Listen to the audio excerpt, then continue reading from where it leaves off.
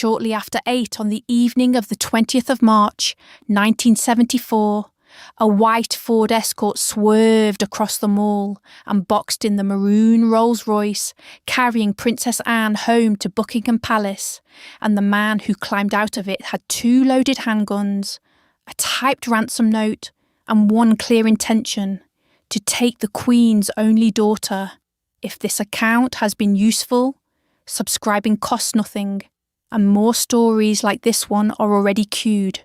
The bell notification is how you will see them. Wind the clock back a few minutes, and there is nothing to see, just a couple driving home. Princess Anne, 23 years old, and her husband of barely 4 months, Captain Mark Phillips, sitting side by side in the back of the Rolls-Royce as it came slowly down the mall. They had spent the evening at a charity film screening, a public engagement of exactly the kind she did week in and week out. A few hundred yards of familiar road were all that separated them from the gates. The floodlit railings of Buckingham Palace were already in view through the windscreen. This was the last quiet stretch of an entirely ordinary night. Keep the official photograph of Princess Anne in your mind as this unfolds, because the mall was about to see the exact opposite of it. The portraits from that period show a poised, dutiful young royal, gloved, composed, every hair in place, the very image of a monarchy that never raises its voice. Hold on to that picture. What happened on the road that night belonged to a different world entirely, and the gap between the two is the whole story. The Rolls-Royce was almost home when the Escort came out of nowhere. A small white saloon, cheap, unremarkable. The sort of car nobody looks at twice. It cut hard across the front of the Rolls and slewed to a stop at an angle, blocking the road completely. The chauffeur had no choice. He braked, and the maroon car came to a halt in the middle of the mall, hemmed in, its engine still running, the palace lit up and close and suddenly out of reach. The man behind the wheel of the Escort was named Ian Ball. He was 26 years old, unemployed, and, as would only become clear much later, seriously mentally ill. This was no random road rage encounter, and it was not chance. Ball had planned it. He had rented the white Escort himself. He had typed out a ransom note, folded and ready, demanding a fortune from the Crown. 2 to 3 million pounds for the safe return of the Queen's only daughter. He had studied Anne's movements. He had chosen this road, this stretch, this narrow window between the film screening and the palace gates. And he had brought 2 handguns to make certain the plan went his way. Ball stepped out of the Escort and into the headlights of the Rolls-Royce, a pistol in each hand. And this is the exact moment where the calm official version of the House of Windsor ends and the raw night begins. Everything before it belongs to the world of the studio portraits, the measured wave, the polished silence of a family that is always in control. Everything after it is street lighting and gunmetal and blood on the tarmac of one of the most famous roads in London. There is a before and an after, and Ian Ball drew the line between them when he raised those 2 guns. Inside the Rolls sat the one man whose entire job was this moment. Inspector James Beaton, Anne's personal protection officer, the bodyguard riding in the front of the car. He would have had perhaps 2 seconds to understand what he was looking at. He did not wait. Beaton opened the rear door, stepped out onto the mall, and put himself directly between the armed man and the princess. That single act, a bodyguard walking toward 2 loaded guns rather than away from them, is the first of many that night. Remember it, because before this is over, James Beaton will do it again, and again, at a cost almost impossible to believe. Beaton drew his own pistol and fired 1 shot at Ball, and then his gun jammed. Read that again. The one weapon meant to protect her in the hands of the one man trained to use it, had just failed. It fired once and stopped, and there were still 2 guns working perfectly in the hands of the man standing feet away at the door.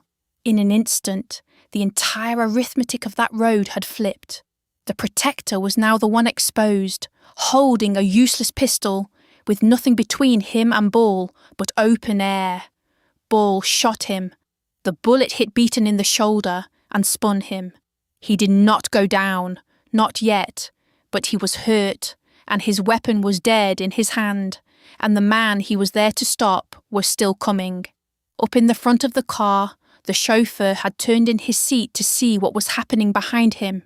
His name was Alexander Calendar, an experienced royal driver, unarmed, doing nothing more than looking over his shoulder at the noise. Ball shot him too. The bullet caught Calendar in the chest as he turned, and he slumped where he sat.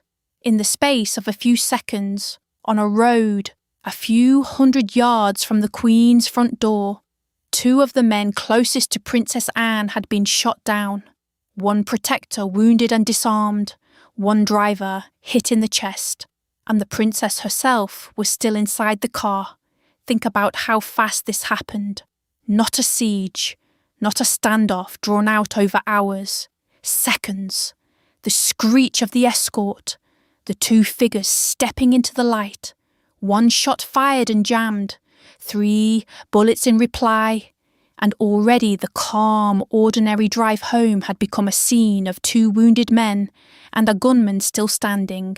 There had been no time to react, no time to escape, no time even to fully understand it.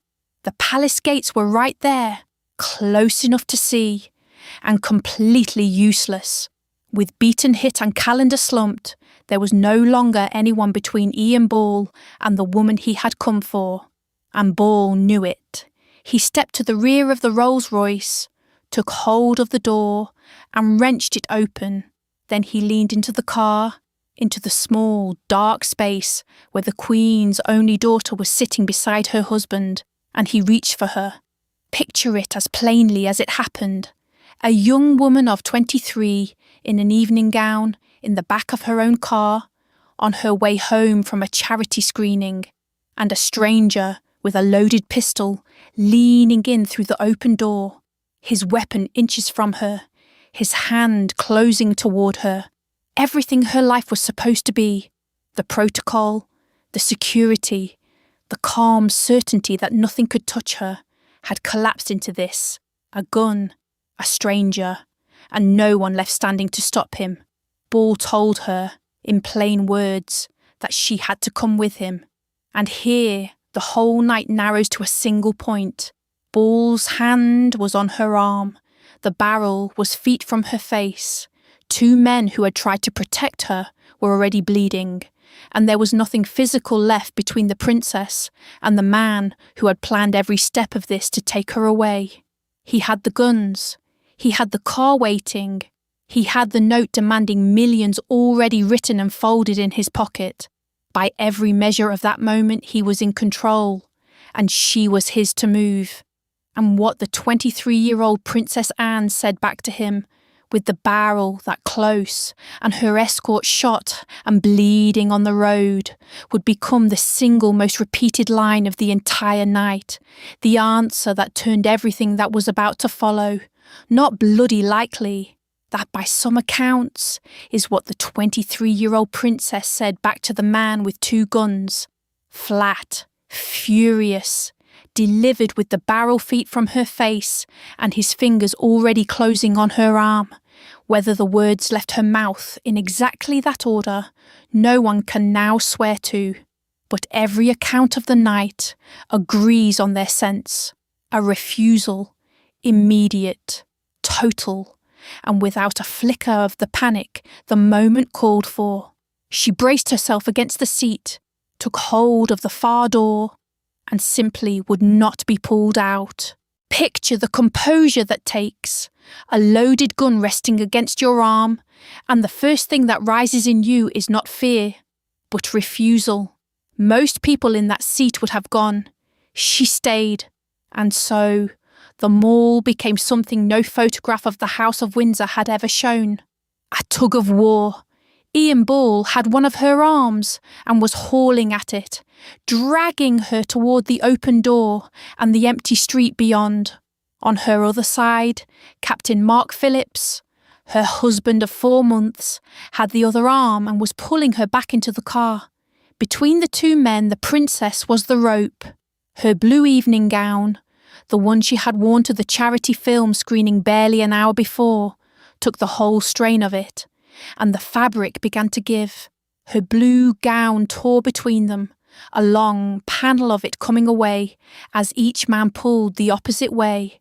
It is a grotesque picture, and it is the true one, not a ceremony. 2 grown men wrenching a young woman back and forth across a car seat while a gunman stood over them, shouting at her to come. Inspector James Beaton had already been shot once. His pistol had jammed after a single round, and Bull's bullet had gone into his shoulder. A wounded man, with a weapon that no longer worked, had every reason left on earth to stay down and wait for help. That is what almost any instinct would tell a man in his condition to do. But Beaton was the officer whose single job that night was the woman in the back seat, and he treated that job as absolute. Beaton did the opposite. Bleeding, effectively unarmed, he put himself back in front of the gun. He moved between Bull and the princess again, deliberately, and made himself the target a second time. Bull shot him in the hand, then he shot him in the stomach. Beaton went down onto the roadway and did not get up, and the last thing he had done before he fell was to stand, once more, between his charge and the gun. Consider where the knight stood in that moment. 3 men had now been shot. The chauffeur, Alexander Callender, hit in the chest as he turned in his seat. Beaton, down with wounds to the shoulder, the hand, and the stomach. And the gun, the same gun, was still on the princess, who was still being fought over across the seat of the Rolls-Royce, her gown in ribbons, and her protection officer bleeding into the tarmac at Bull's feet. By every ordinary law of how such nights end, it should have ended there, in tragedy. The bodyguard was down, the man closest to her was disarmed, and there was no one left with any duty to step in. And here the story turns on something the palace could never have arranged. The people who came next had no duty at all. They were passers-by, ordinary Londoners on ordinary journeys on a Wednesday evening, who saw a gun on the Mall and, against every instinct that keeps a person alive, turned toward it instead of away. Understand what Bull still wanted. He had rented the white Ford Escort, typed his ransom note, and driven to the Mall for one purpose: to take the Queen's only daughter and hold her for £2 to £3 million. Everything so far had failed him. The bodyguard would not stay down. The princess would not come. And yet the gun was still in his hand, and the rear door was still open. He was not finished. That was the situation the strangers walked into. The first was Brian McConnell. He was a journalist, a Fleet Street man, and he happened to be in a taxi passing the scene. He could have stayed in the cab. He could have done what a reporter is trained to do and simply watched. Instead, he got out, and he walked toward Ian Bull with his hands where Bull could see them, telling him, calmly, that he only wanted to talk. "Give me the gun," he is reported to have said. "Don't be silly." Brian McConnell, journalist, was shot in the chest for it. He fell, and he survived, and for the rest of his life he carried the memory of walking, unarmed and unhurried, straight at a man who was shooting everyone who came near. Then came Police Constable Michael Hills. He was on foot, on duty near St. James's Palace, just up the road, and when he heard the commotion, he ran toward it rather than reporting it from a safe distance. He was young, and he was already closer to Bull than any trained response would have allowed.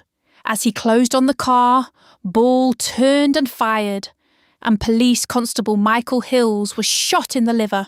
But Hills had done one thing before the bullet found him, one small thing that would matter more than almost anything else that happened on the mall that night. He had radioed for help. He had got the call out. The wound dropped him where he stood, but the message was already gone, and it was that message, from a constable now bleeding on the ground, that would bring the cavalry down the mall in the minutes to come. Ask yourself, honestly, whether you would have walked toward that gun. A journalist did. A constable did. Neither of them knew the princess.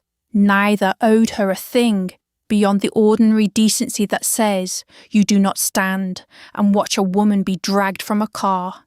And both of them were bleeding on the road within seconds of deciding to act. This is the part that sits so strangely against the official record. Look at the photographs of Princess Anne from those years, and you find exactly what the House of Windsor wanted you to find. A poised young woman on horseback, a dutiful royal in a headscarf, gloved and composed, cutting a ribbon, waving from the back of a car. The image is one of restraint, of a life lived at a careful distance behind glass, and it is not false, but it is not the whole of her. And it is nowhere near what the mall saw that night. What the mall saw was a 23-year-old woman with a loaded gun against her arm, who was told to get out of the car and answered, in effect, no, not frozen, not compliant, not fainting into the arms of her protectors, refusing. The distance between those two Annes, the one in the headscarf and the one in the torn blue gown, is the whole of this story. The public was handed the poise. Only the men bleeding around her ever saw what the poise was made of, because that is what her stillness cost. It is easy, decades on, to admire the flat refusal, the not bloody likely, the woman who would not be moved. It is harder to hold in the mind, at the same moment, the price of it lying on the roadway around her. Beaten, 3 times shot. Callender, in the chest. McConnell, in the chest. Hills, in the liver. 4 men down, so that one woman could stay in her seat. And the man with the guns was still standing. Still reaching. Still not finished. Beaton was down. 2 of her protectors and 2 total strangers were bleeding on the mall, and the gun was still on the princess. It should have been over, but one more ordinary man had not yet reached the car. He was a cleaning firm manager, walking home from work, no uniform, no weapon, no reason on earth to throw himself into what was unfolding a few yards ahead of him on the street. He had seen a scuffle by a car and nothing more, and he kept walking toward it, and it would be his single unglamorous act, not a gun and not a badge, that finally broke Ian Ball's grip on the Queen's only daughter. And that is exactly what happened. Russell did not shout a warning. He did not reach for a weapon he did not have. He simply closed the last few feet of pavement, drew back his arm, and punched Ian Ball hard in the back of the head. It was the most ordinary act of the entire night. A man swinging his fist the way anyone might in a pub car park. And it was the thing that finally worked when the guns had not. Ball staggered forward, his grip loosened, and in that half-second of distraction, Princess Anne, who had refused to be pulled out of one door, slid the other way across the back seat and out of his reach at last. 20 minutes of terror on the mall, and it broke on a stranger's fist. Ball seemed to understand, in that instant, that it was finished. He turned and ran back toward the palace, at least one of his handguns still in his grip. He did not get far. A police officer named Peter Edmonds, who had arrived as the whole scene was collapsing into chaos, went after him on foot and brought him down. Edmonds tackled Ball and pinned him against the black railings of Buckingham Palace, only feet from the gates the gunman had meant to drive his hostage through. There, on the pavement outside the Queen's own front door, Ian Ball was arrested. The chase that had begun when a white Ford Escort swerved across the mall ended with its driver face down against Palace iron. Then the counting began. 5 men had been shot in the space of a few minutes. Inspector James Beaton, Anne's protection officer, hit 3 times in the shoulder, the hand, and the stomach. Alexander Callender, the chauffeur, shot in the chest as he turned in his seat to help. Brian McConnell, the journalist who had walked toward a loaded gun, saying only that he wanted to talk, shot in the chest for it. And Police Constable Michael Hills, struck in the liver as he closed in, who had still found the presence of mind to radio for help before he went down. The call that brought the officers who finally ended it. 5 men, all of them shot, several within an inch of dying on a public roadway a few hundred yards from the palace. Every one of them survived. That is the part that reads, even now, like something the plain facts should not have allowed. 5 gunshot wounds, several of them to the torso, delivered at point-blank range on an open street in the heart of London, and not a single death. The doctors who treated Beaton said afterward that the wound to his stomach alone should have killed him. It did not. Whether it was the speed of the ambulances, or luck of a kind that does not bear examining too closely, or simply 5 men refusing to die that night, all of them came through. It remains one of the most violent incidents in modern royal history in which nobody was lost. Beaton would spend weeks in hospital. Callender, shot in the chest, recovered at his own pace. Hills, the constable whose radio call had summoned help, carried the mark of a bullet through the liver for the rest of his life. Each of them walked out eventually, back into ordinary days, carrying the private knowledge of what one evening near the palace had asked of them. Ian Ball never faced an ordinary trial. He admitted all of it. He had rented the escort, typed a ransom note demanding between £2 and £3 million for the Queen's only daughter, and even drafted a letter he intended the Queen herself to sign. It was, by every measure, the plan of a man who had lost his grip on reality. He was found to be mentally ill and detained indefinitely under the Mental Health Act. He was never released. More than 50 years on, he remains in secure care to this day, the one participant in that night whose life effectively stopped on the 20th of March, 1974, and never moved forward again. For the men on the other side, recognition came slowly and then all at once. Remember the bodyguard from the start of this story, the man whose pistol jammed after a single shot and who kept stepping back in front of the gun, taking bullet after bullet, rather than leave the princess uncovered. This is where that ends. James Beaton was awarded the George Cross, the highest civilian award for gallantry in the United Kingdom, the direct equal of the Victoria Cross for acts performed away from the field of battle, and it was pinned to his chest by the Queen herself, Anne's own mother, in a ceremony that needed no speeches to carry its weight. The sovereign, decorating the man who had very nearly died, keeping her daughter alive. The citation for that medal recorded what the men on the mall already knew, that Beaton had drawn his own weapon and fired, that it had jammed after that single round, and that he had then chosen, unarmed and bleeding, to keep placing his own body between Ian Ball and the princess. 3 times he was hit. 3 times he stayed on his feet until he could not. It is one thing to face a gun once. Beaton faced it again, and again, with nothing left to fire back.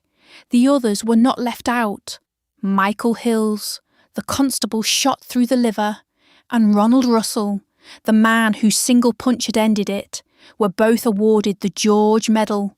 Brian McConnell, the journalist who took a bullet for walking forward unarmed, was honoured, and so was Alexander Callender, the chauffeur shot at his own wheel. Peter Edmonds was recognised for the arrest, an entire cluster of gallantry awards handed down for one evening on one short stretch of road, because that is exactly what it had cost to keep a single young woman from being driven away into the dark. What lingers, more than the medals, is the shape of who stopped. Not a security detail, not an armed response unit, a tabloid journalist who happened to be driving past, a constable on foot from St. James's, a cleaning firm manager on his way home from work who saw a gun and a struggling woman and decided, in a fraction of a second, to walk toward it. None of them had any duty to Princess Anne beyond the one every stranger owes another. They paid for it in blood, and every one of them chose it anyway. And Anne herself, she gave her statement that same night, composed, exact. By the accounts of those around her, she was steadier than the men who had guarded her, and what concern she did show was turned outward, toward beaten above all, the officer, lying wounded from 3 shots taken on her account. She is reported to have asked after him before she asked anything for herself. 23 years old, the shoulder of her blue gown torn from the tug of war down the Mall, and her first thought was for the man who had put himself in front of the gun. Look up the official portrait of Princess Anne from that year, then hold it against what you have just heard. The photographs of 1974 show precisely what the House of Windsor always chose to show: a poised young royal, gloved and smiling, the dutiful daughter performing the calm the institution demanded of her. That was the image. That was the version handed to the public, the one that settled into the country's memory and stayed there for decades. The Mall saw something else.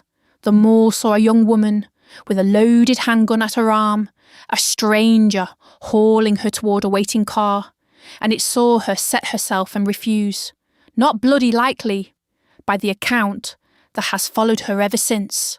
No scream, no faint, not the frozen victim anyone might reasonably have expected. A flat, furious no, spoken to a man who had already shot 4 people in front of her. She braced against the seat, and she would not be moved. That is the gap this channel exists to find.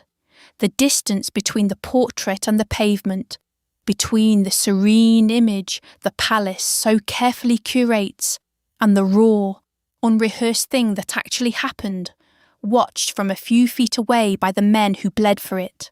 For one night on the Mall, the whole calm edifice of the Windsors, all the pageantry and poise and untouchable dignity of it, came down to something almost embarrassingly human.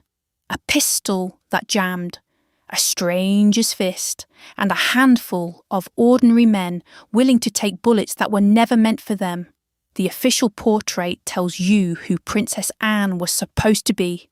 The night of the 20th of March tells you who she was, and the strange, quiet truth that lingers is that they were the same person all along, the same young woman in the same torn blue gown, and the only thing that never quite settles is which of the two the country was really looking at.